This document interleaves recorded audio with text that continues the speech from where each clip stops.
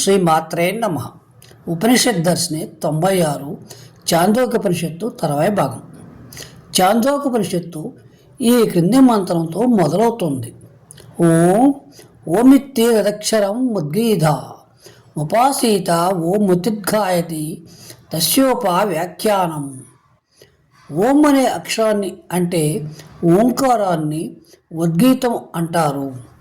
ఓంకారాన్ని ఓం అని దీర్ఘముగా గానం చేస్తూ ఉపాసించాలి. ఓంకారం యొక్క వ్యాఖ్యానం అనగా వివరణ ఈ విధంగా ఉంది. ఈ సమస్త సృష్టి సారము పృథ్వీ. ఈ భూమి రసమయంగా ఉంది. ఆ రసమే అంటే ఆ జలమే భూమి యొక్క సారం. ఆ జలం యొక్క సారం ఓషధులు. ఓషధుల సారం పురుషుడు. ఆ పురుషుడు సారభూతంగా ఉన్నది వాక్కు. ఆ వాక్కుకు సారంగా ఋగ్వేద మంత్రాలు, రుక్కుల సారంగా సామము లేదా సామవేద మంత్రాలు ఉన్నాయి.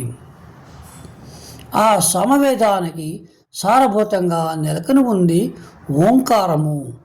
ఈ ఓంకారమే సర్వానికి సారభూతంగా సర్వోత్కృష్టమై ఉంది.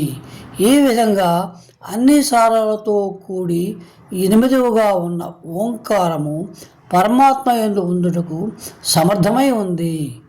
వాగేవారు ప్రాణస్వాము మిత్యతేదక్షరం ముద్గీత స్తద్వా ఏతన్మిథునం యద్వాక్ష ప్రాణ శర్కచ్చ సామచ. రుక్కు అంటే వాక్కు, సామం అంటే ప్రాణము, ఉద్గీతము అంటే ఓంకారము.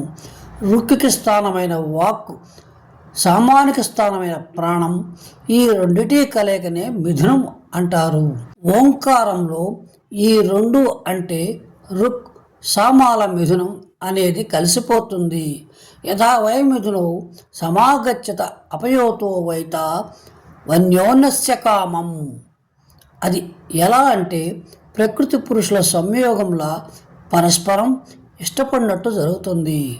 ఇంతకుముందు తైత్రోపనిషత్తులో చెప్పినట్లు లోకంలో దేనికైనా అనుజ్ఞనిచ్చేటప్పుడు ఓం అంటూ అనుమతినిస్తారు.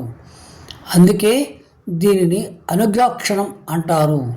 ఈ అనుజ్ఞ వల్ల వృద్ధి అవుతుంది కనుక దీన్ని సంవృద్ధి అంటారు.